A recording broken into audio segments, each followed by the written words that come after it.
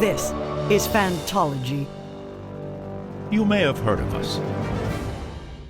All right, what's up, Wheel of Time fans? This is Steven, your host from Fantology, with my lifelong friends, Jake and Josh, for our episode 5 Wheel of Time reaction and review. And Josh is replacing Caden, who usually joins Jake and I for our Wheel of Time related content. So, Josh, big burden on your shoulders right now. Caden is a first-time reader. He's almost through the entire series, but we'll see how you do here.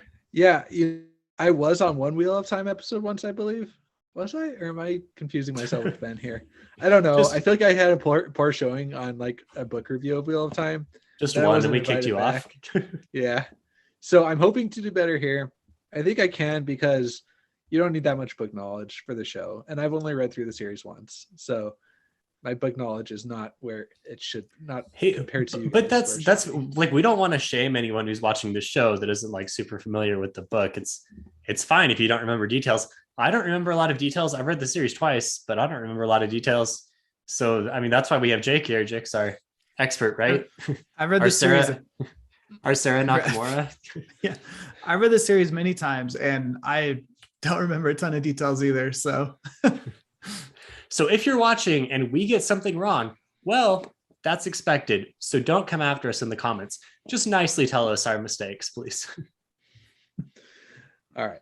Well, I'm excited to dig into it because I think that there might be some disagreement among us on some things. So. Yeah. So episode 5, I think it's called Blood Calls Blood. Is that the name of the episode? I think that's right.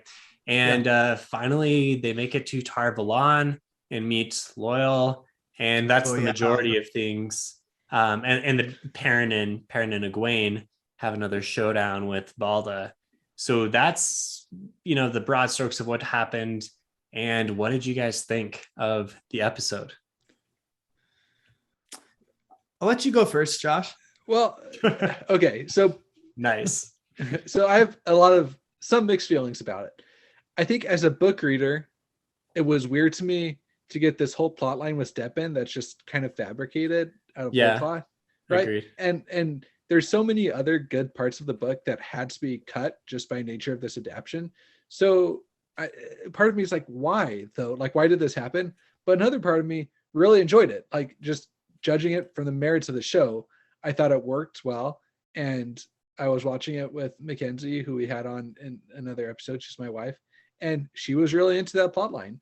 And so I think as a show, for one, I think it stuck like true to something that would happen in the Wheel of Time. Like, even though that specific thing did not happen, I think that's a storyline that fits well within like the lore of Wheel of Time, of like seeing an Aes Sedai and her warder die and having that have a huge effect on like the characters around them. So I think it works within the stories that generally take place in the Wheel of Time. And also I thought it had a lot of emotional impact and set some potential things up for later down the road. So, and to be fair, Karini and Steppen are characters in New Spring, and she dies. And I don't remember exactly what goes down after that. Maybe let us know, but it's not entirely out of whole cloth. Like, right. But it is there. Yes. But having like the whole funeral that wasn't there, right? Yeah. Most of the storyline that happened, like the actual story beats that happened in this episode, like aren't anywhere to be found in the book. Which, again, I had made my feelings known about that. Other than that, like, I thought that this episode was great. I thought that the Perrin and Egwene scenes were fantastic. Child Valda just like creeps me out so much again. It was wonderful. And Matt and Rand, like, granted, I know that we moved everything from Camelin to Tar Valon, so like that's kind of weird. But other than that, like, I thought it was really cool how they showed the people dressed in white. That was a big thing in Camelin, if you remember from the first book, that there's like a division, the Queensmen, like Queen's people, or I forget how they refer to them, but supporters of the Queen versus like supporters of the Children of Light. Like, so they had a lot of those like subtle things happening within the episode that weren't even shown.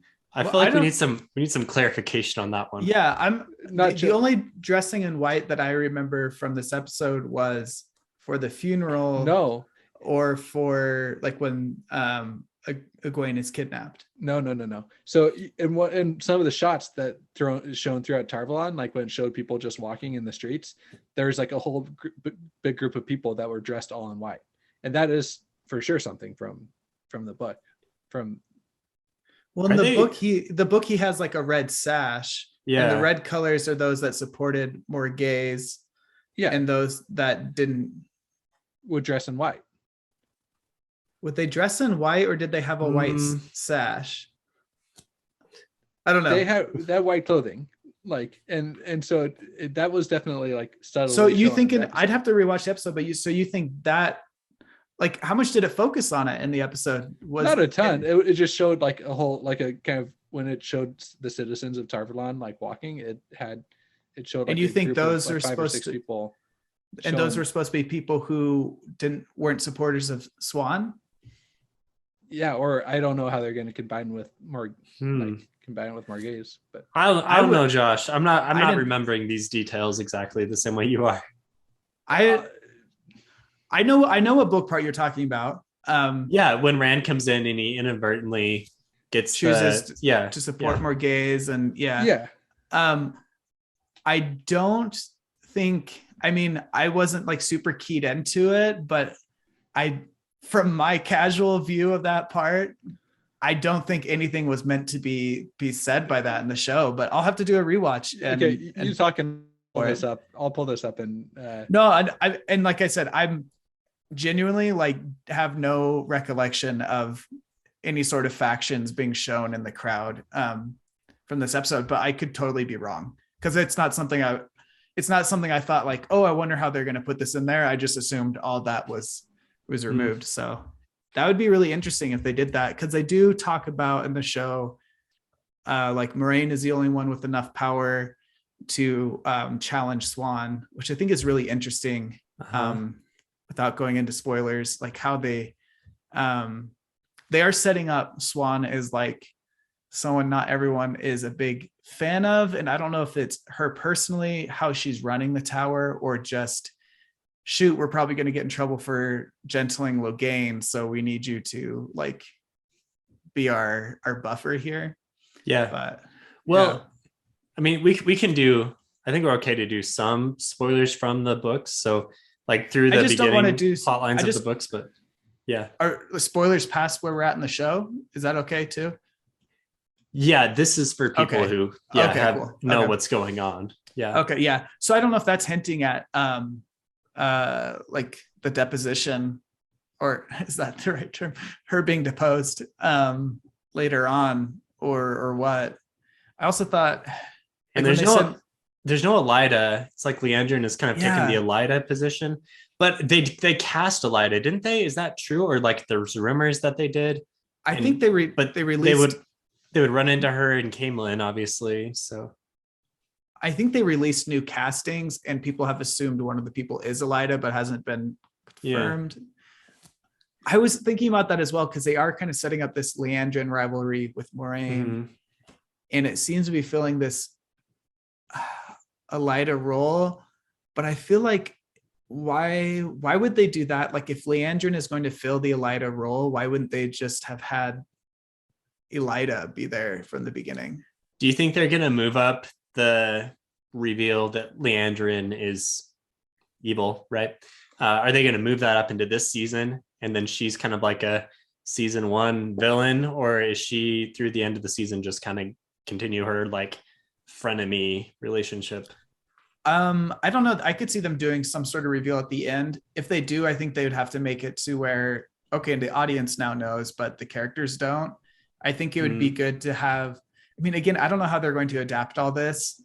If the Shanchan are the like climax of season 2, I could see, Leandrin's little like ploy at Nynaeve, maybe getting to a point where Nynaeve really trusts her, and that's how she's able to bring them over to Falma like more easily, like have that be more of a betrayal instead of just, shoot, we've been captured.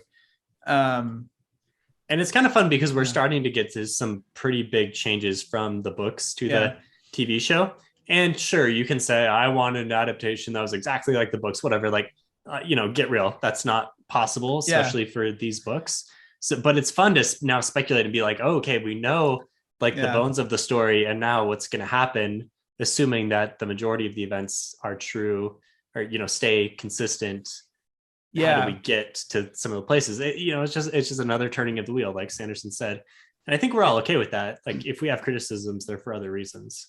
Yeah, for sure. I think as a huge fan of the series, honestly, pretty much all the changes I've seen, I've maybe not like been like, oh, that's great, I love that they're doing this, but it's totally understandable. I understand why they're doing it, what their reasons for it are. And I think for the most part, they've been executed really well. But yeah, I don't know. Like, it seems like Leandrin is filling that Elida role, but I just don't get if they like Leandrin wasn't this huge character in the books. I mean, I guess her and Elida were about the same. And I feel like Elida was bigger.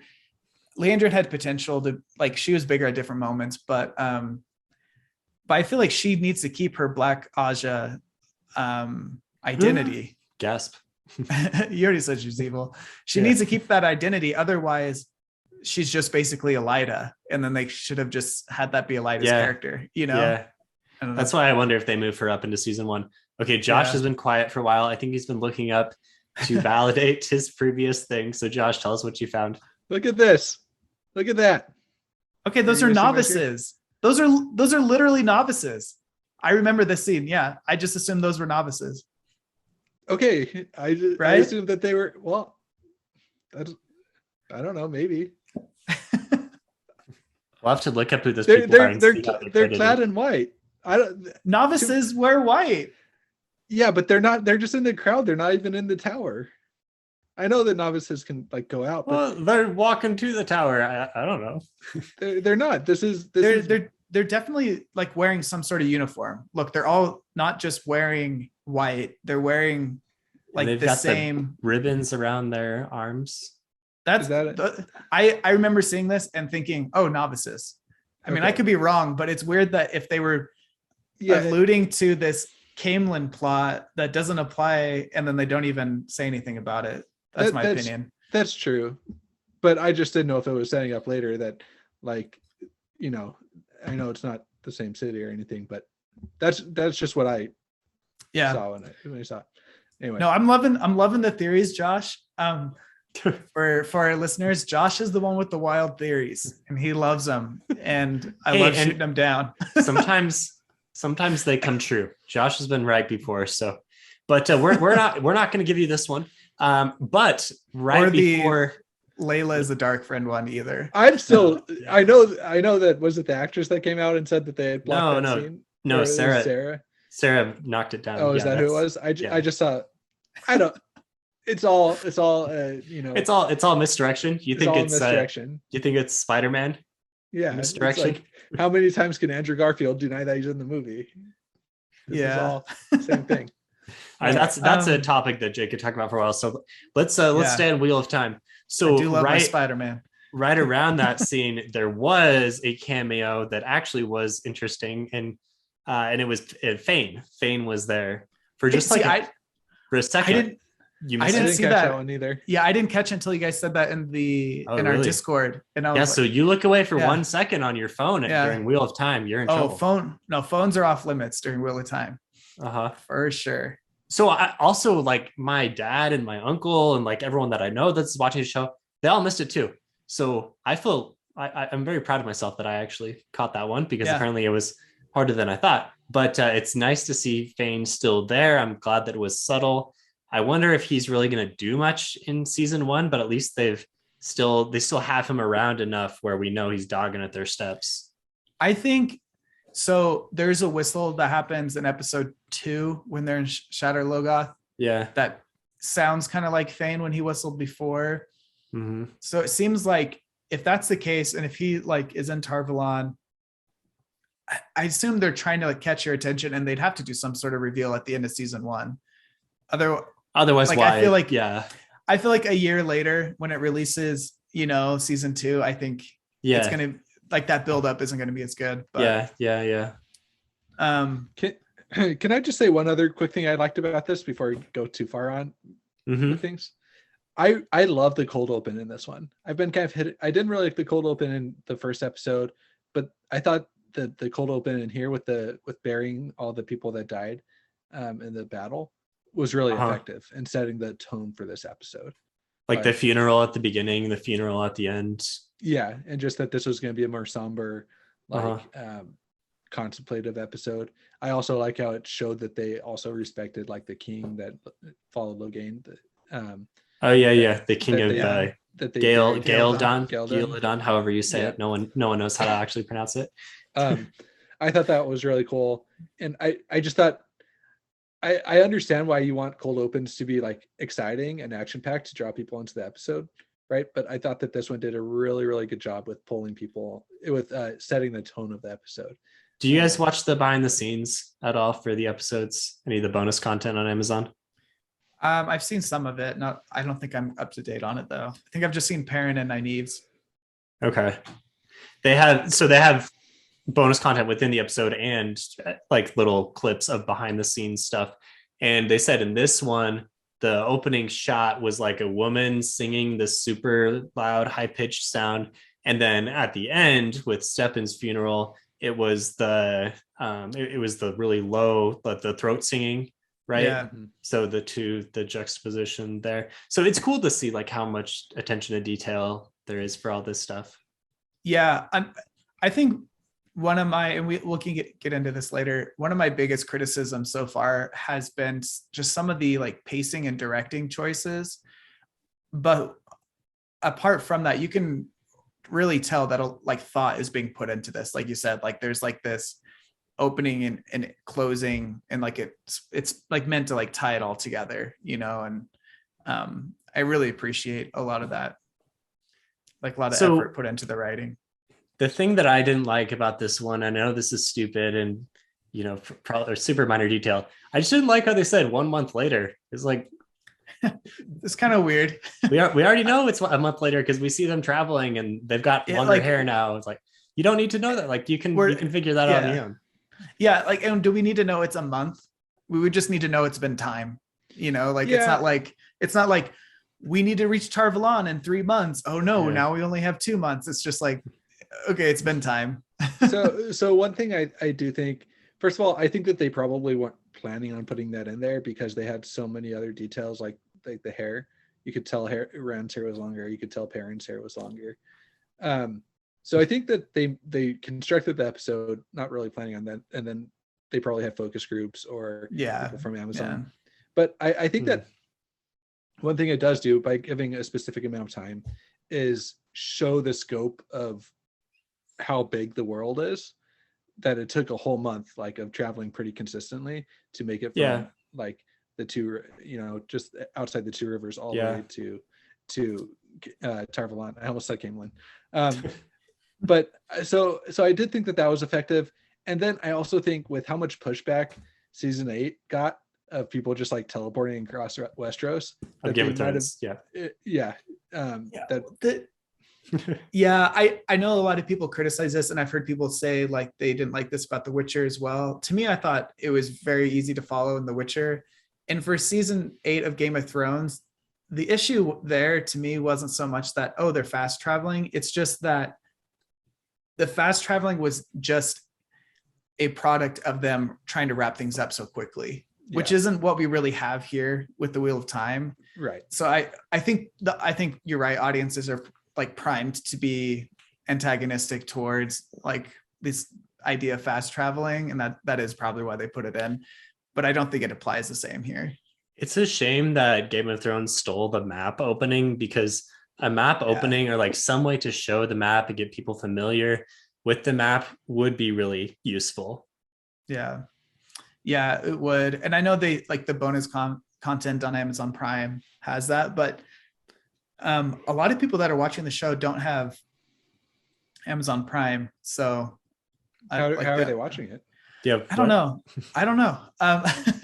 I'm in a Discord server based in Spain, and I don't know how they're watching it, but some people post things. They're like, "Oh, where'd you find that? I don't have access to that." I don't know if they're torrenting it or what. But did you see that torrents went way up for Wheel of Time? after I mean, episode 4. I guess that's like a good thing and a bad thing. Like Yeah. there's, Well, it's there's the way that demand some for people it. measure like the success of the shows by looking at torrent ratings. Yeah, Okay. but for Amazon's perspective, they're like, okay, cool, people like it, but okay, how do we clamp down on this? Well, pirating is never Well, obviously none of us are condoning pirating. Like go Yeah, it's a universal problem. Yes, it's a universal problem. But no, just stop it, Jake. Stop it. Just make. But I do You think wouldn't that steal a car. but I do think that it's one thing that I saw people talking about of indicating the popularity of the show. So yeah. Speaking of, I mean, I think that's a good segue into my thoughts on this episode. Episode 4 was really good in a lot of ways. And I think episode 5 was a disappointment after episode 4. It's a decent episode, but it brought me kind of back to like where episode 1 was, where just the pacing and the directing it just seemed kind of choppy and like, we're doing this, then we're doing that. And like episode 1, I kind of gave, it has a little more forgiveness because it's the first episode. They had to get the story started and there's a lot to introduce. And I think they did an okay job with that. But every episode after that just got like better and better. And like, we're like really getting into this groove. And then I feel like episode 5, things slowed down, which was fine. But from my perspective, it kind of slowed down without real reason to. I think they still could have accomplished showing the like Aes Sedai warder bond and the fallout from an Aes Sedai dying without spending so much time on that and so little time on our main characters actually progressing. Yeah. Well, so I agree with, I think I agree with a lot of what you're saying, but I do have a thought as to why they did it this way. But Josh, let's hear from you first. Well, yeah, I mean, I think we're primed to think that way because Steppen's not a main character in the books, but he's obviously a bigger character in the show. Well, he was in one episode in the show. No, 2 episodes. He was really in episode 4. Yeah, in episode 5. But then he dies in episode 5. But I mean, like, he's had one episode, so that doesn't warrant spending a whole nother episode on him dying. Well, they especially when, and again, I could be proven wrong later, but it doesn't seem like they're going to really tie this together in the near future. It's going to be like people aren't going to really remember Steppen as a character so much. Like, they could have done the same thing, spent less time on it, and put more time with Egwene and Perrin, especially in my opinion. All I'm saying, if you hadn't read the books, then Steppen would seem like as big of a character as like Tom. Right. No, right. But and if you hadn't read the books, Tom is on the same exact level as Steppen right now. Yeah. No, because they didn't spend a whole episode on him dying. He died, and then they moved on. Well, they spent a whole episode of him. Well, I mean, they're both in 2 episodes and die, I guess is the similarity.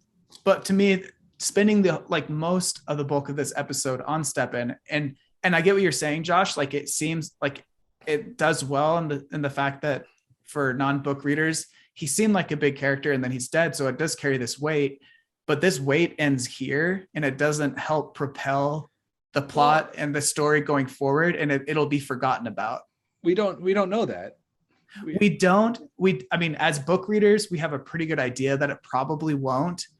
I understand that this is a new adaptation and they could pull it in more, but it doesn't seem like it's going to be something that's going to carry on throughout the series. It is. So some things that it seems like it's trying to set up, and this is going to be some spoilers for at least the mid books of Wheel of Time, is like the passing of the bond. Moraine asks Alana about that. And then just like Alana bonding more warders in general, like these are things that are going to be important, but you do wonder, like, this is probably not going to pay off like anytime soon, unless like very drastic. Exactly. It's the ending of season. Ending of season 2, I think, is when.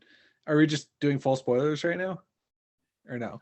I think we are. Mid book spoilers. We're doing spoilers through like the first 5 or 6 books. Yeah, so I think that the ending of season 2, Moraine's gonna go through the. Season 2. Yeah, I think season 3. I don't season think 2 that soon.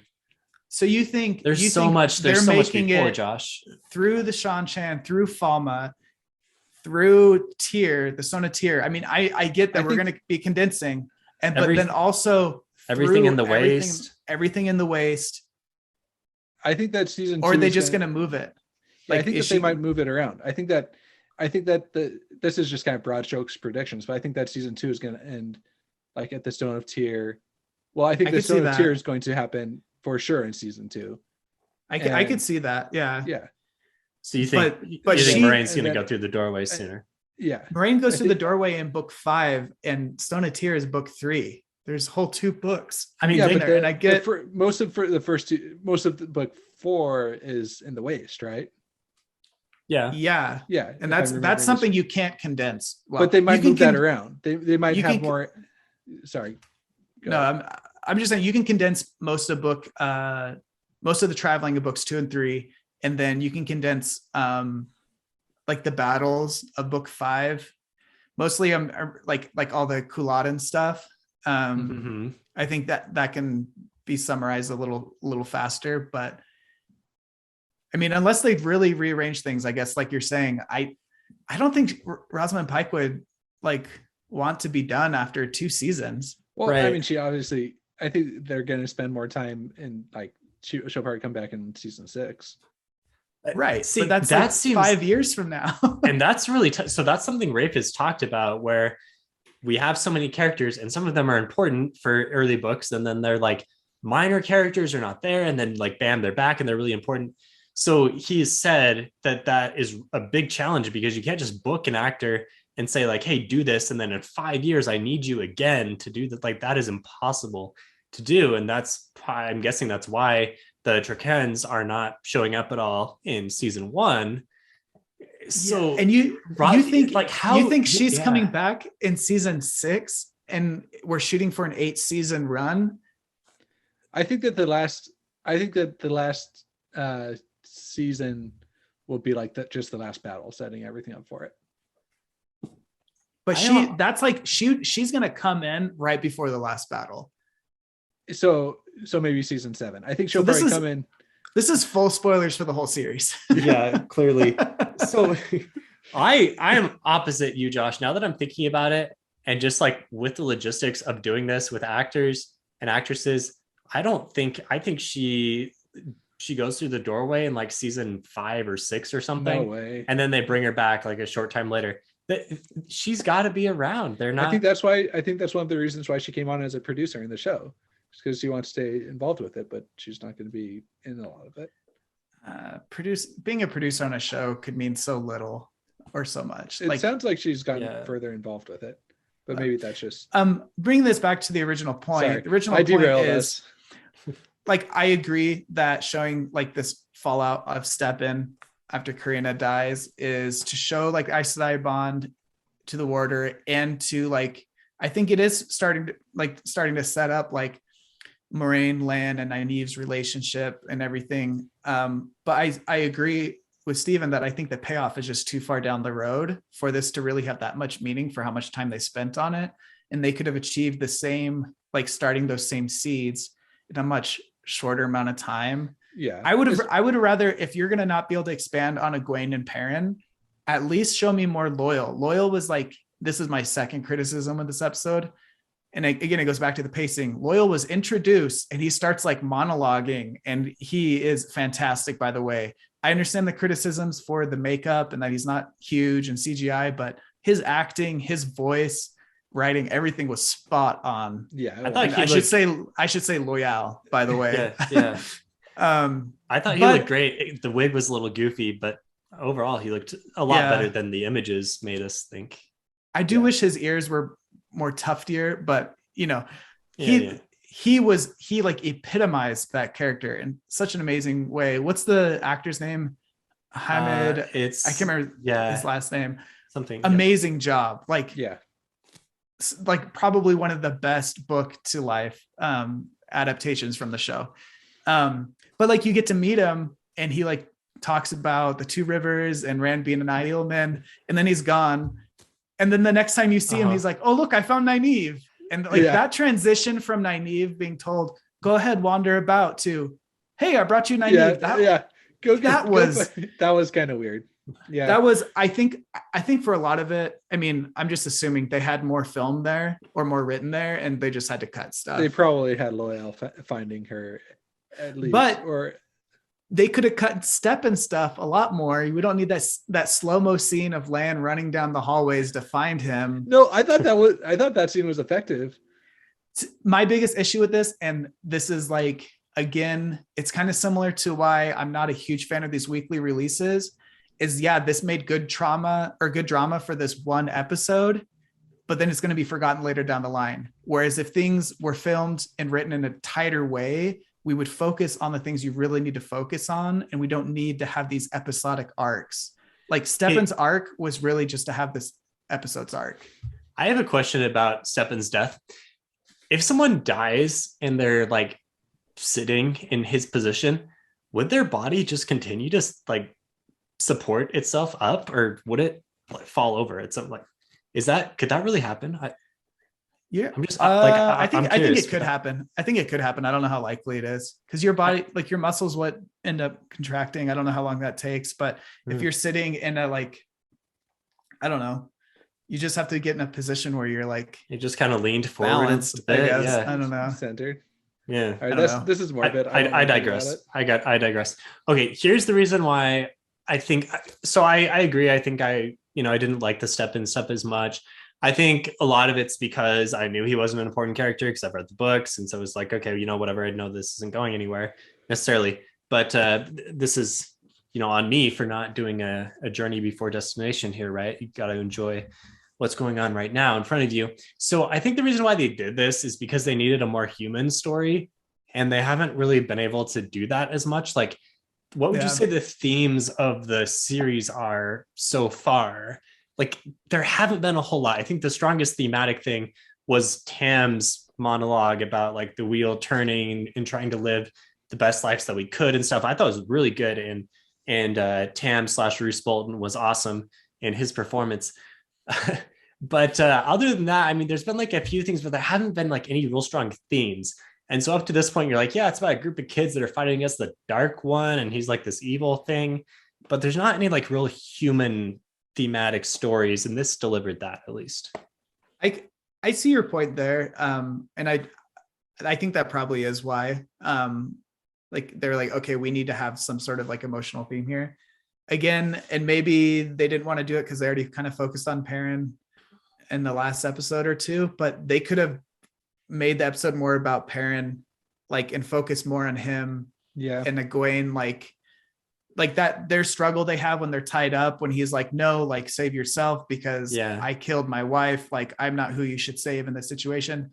That is a very human thing, and like his like struggle for peace, like pacifism versus like his rage or whatever. So you want more of that, you want more payoff for him actually killing his wife, like you want this to mean something. Well, to me, I'm like, if we need to add human connection and like themes in the show, center it around our main characters and their plot lines.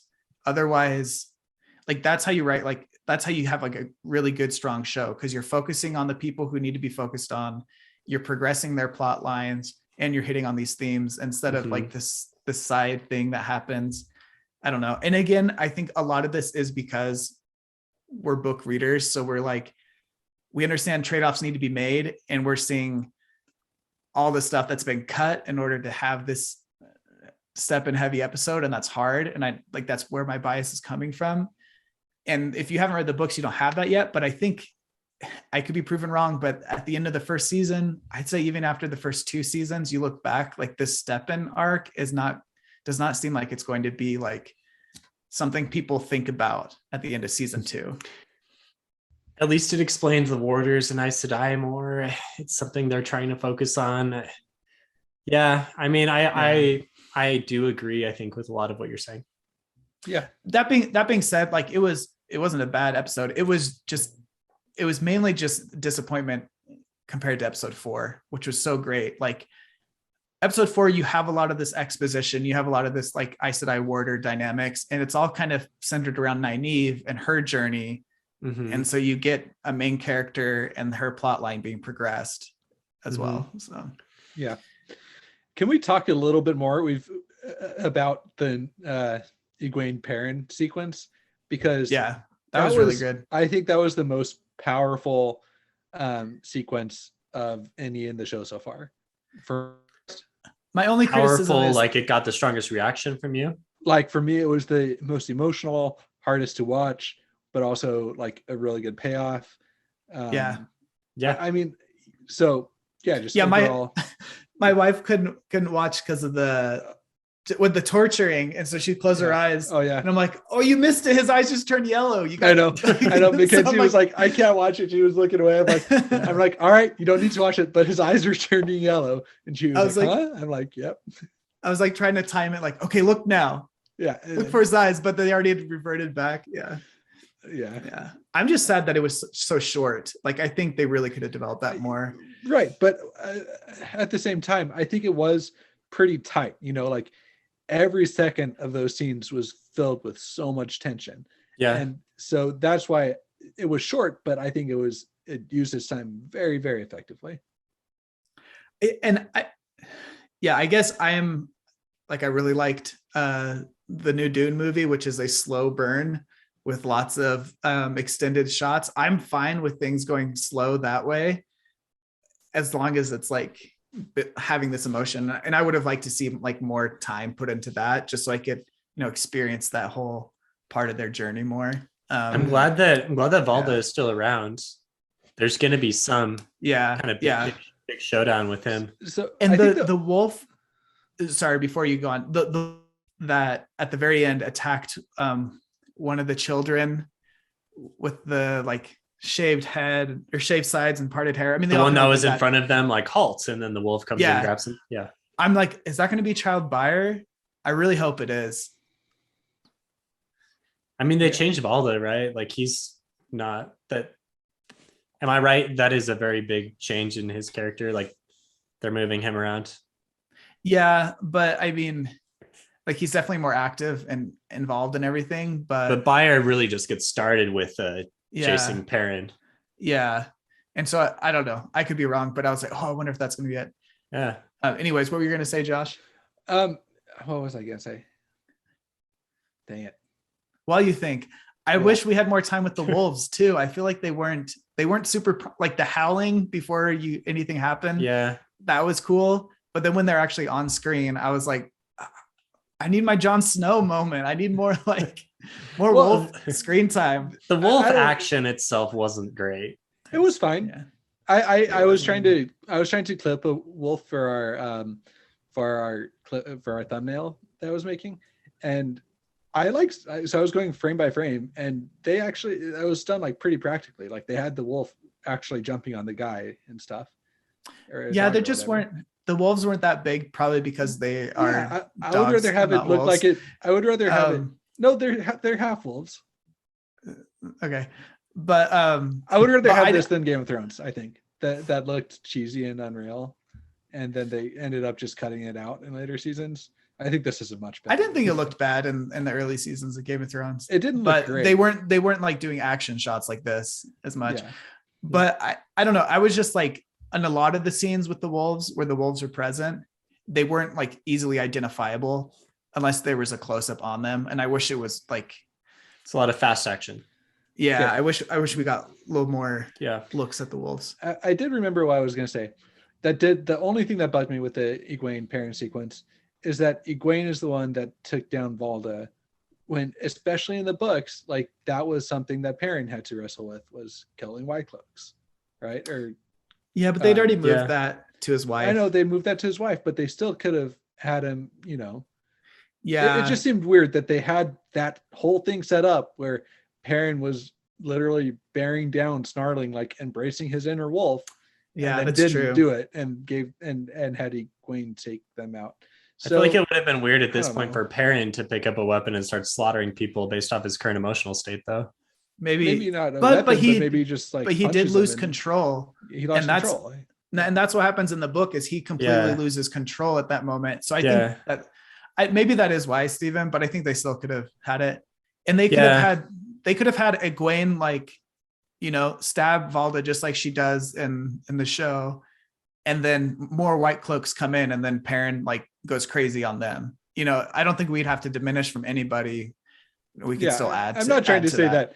I'm not trying to be one of the people that says, "Oh, they just gave it to the woman to have her look more powerful." Oh like, yeah, that's not what I'm getting at all. No, I know. I was just yeah. thinking it through. Like maybe they wanted to like make sure Egwene had something to do, but it honestly felt like she did almost everything there, and I think Perrin could have done more. And I don't know. Yeah. So I was confused. Like, what exactly did Perrin do that made Valda he was so intimidated? Like, he just kind of like got really big and growled and broke his butt, but like Egwene was the one that his glowing eyes.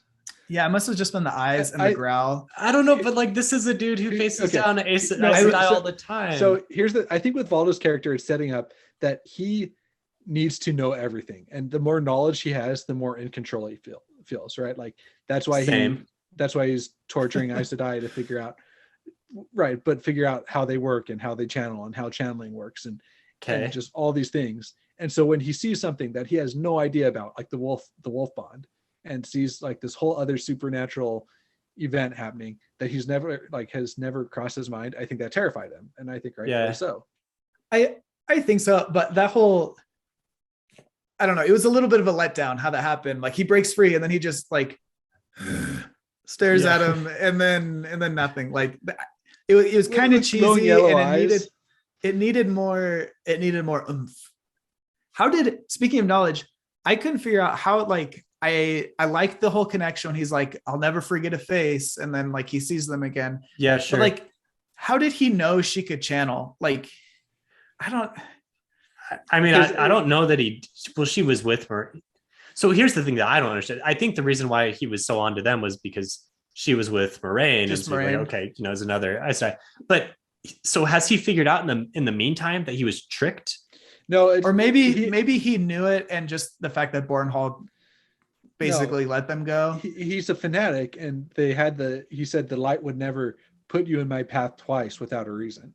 And so I think it was when they showed up a second time that that he is convinced that it was supernatural, that was the wheel, putting them in his path. Okay, that's fair. That's the stated reason in the show. Yeah. But she could have been in his path for other reasons. But that's not how fanatics work, right? Like they have it fits their worldview. Yeah, it's their worldview that if this happened, like he might have been thinking, if I see them again, then I know that that's a sign that they are evil witches or whatever. And so that's what I feel like he had a very poor performance when facing Moraine, because he knew he knew that Aes Sedai can't lie. That's something that he already knew. And he goes over that with Egwene. Yeah. Right. It's like, so why didn't you ask this really sus woman wearing all blue with a guy who appears to be a warder? Like, why would you not ask this woman, are you an Aes Sedai? Can you channel, etc., knowing that she can't lie? Say your dress is red, easily put her in that position. Yeah. But again, he's a fanatic, so he's an idiot. So we'll just chalk it up to that. Yeah. Don't understand that one. I think that's legit. I don't know. Yeah, that's if you're watching, you have a comment for why this makes sense. This is why it comes back to I don't know if you've heard Sanderson address these things in his media criticisms. Is sometimes it's just not fun to find plot holes with everything, because things are written. Everything's gonna have a plot hole. There's gonna be mistakes, and there's gonna be plot holes, and sure, the fun of consuming media isn't to pick those out. So I don't know. I think this is kind of fun to talk with you guys about this.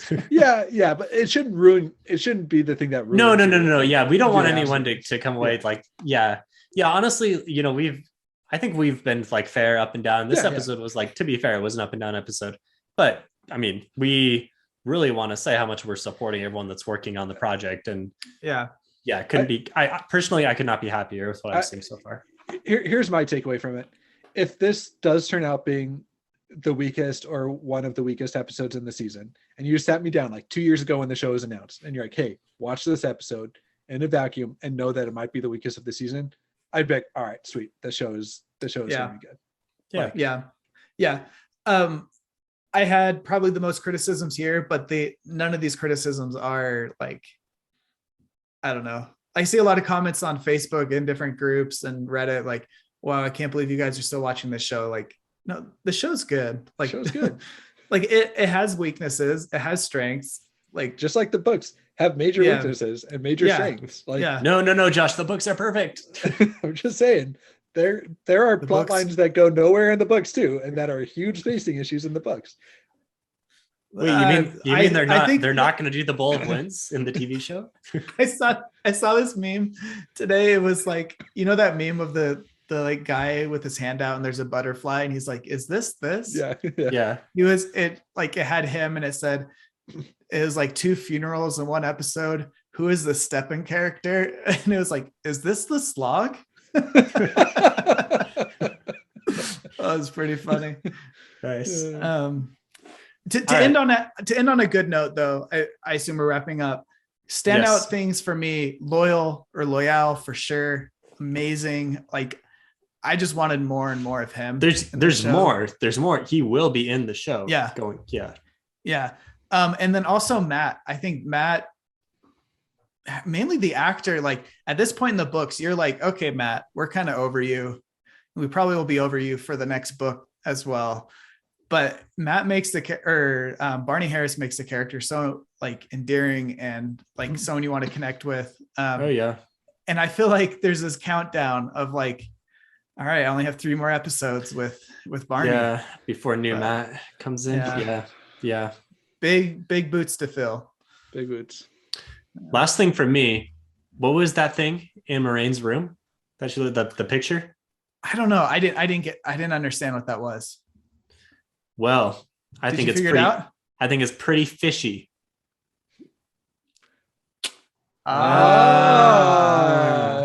Yeah. Okay. Yeah. Okay. Yeah. Makes sense. Okay. Yeah. Sorry, that was really corny. Is that how we're ending? Is that how we're ending the episode? We got to end it like that. All right. Thanks, guys. All See you right. later. Till the next one.